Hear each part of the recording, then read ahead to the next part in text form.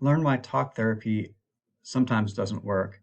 Hi, I'm Dan Ross, and I want to talk today about talk therapy because chances are, if you're watching this video, that you have tried some things to get a result. And often, because I work with people on things like stress and anxiety and depressive symptoms and stuff like that, that's often what we're working on.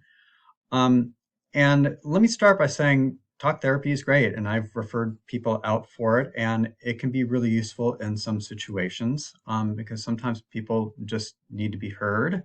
They don't have somebody in their life where they can share their thoughts and their feelings and emotions with.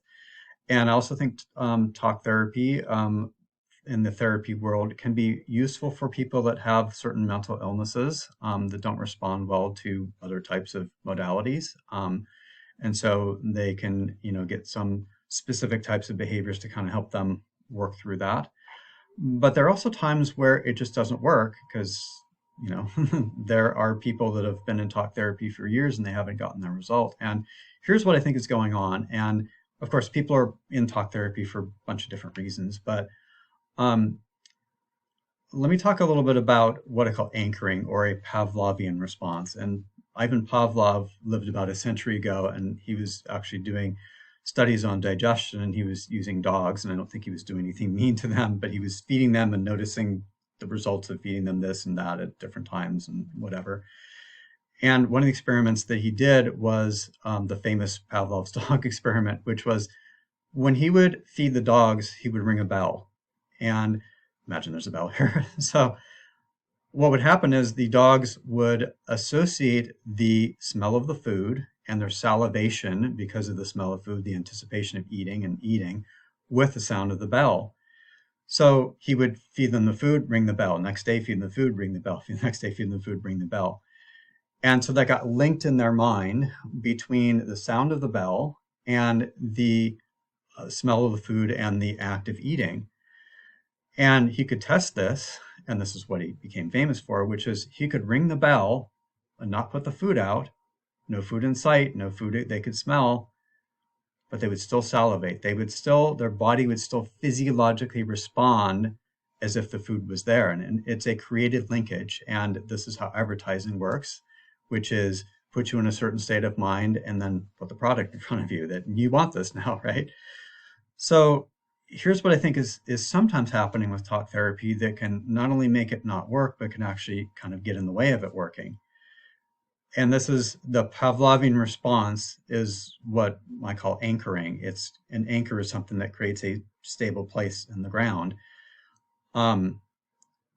So someone had something traumatic happen, for example, or they just have something that they have strong negative feelings when they're in the therapy session. And so in talking about it, they elicit the negative response. They elicit the bad feeling. And what that does is with anchoring and with Neuro Associations is there's a couple keys to it to strengthen a Neuro Association. This is really what we're talking about, creating a Neuro Association, creating association between some stimulus and some response. So the intensity of the feeling is important. The more intense the feeling is, the less repetitions it takes. On a previous video, I talked about phobias and how that's a one trial learning. The person who saw the snake and had the phobia and had it for the rest of her life, she never had to think about it. She never forgot about it because it was so intense. So intensity is one, and another is repetition. And so somebody's going into therapy and they're eliciting that negative feeling, and so that reinforces it a bit more. And then the next week they go in and they talk about that problem again without resolving it. And it gets anchored again, it gets reassociated. And so it builds a little bit more. Think of neuronal pathway it can start like a thread, and then think of it like a thin string, and then like a rope, and then like a thick rope. The more times you repeat it and with more intensity, the more that it will strengthen. And so people can go week after week and they're strengthening and strengthening and strengthening that trauma and those events that have them stuck. And so that's where I think this can be kind of unuseful. And this is where, when we talk about, getting in the chair here, is the first thing we do is neutralize those bad memories, neutralize those bad feelings, not to make them wrong, but so that we don't reassociate you into them so we don't anchor them, then that opens us up to putting in positive feelings. And then that's the thing that we can reinforce week after week. You don't have to come in week after week a lot, but with the intensity and repetition, we can do that multiple times in the session to strengthen that feeling of the positive stuff that you want instead. And that's how we actually use it to the advantage. So pay attention to maybe some of those things that may have been reinforced in your life, and notice how it might be nice to finally be free of that, and to, once we've neutralized it, how that's going to feel those positive feelings you want instead. I'm Dan Ross, and I hope to see you soon.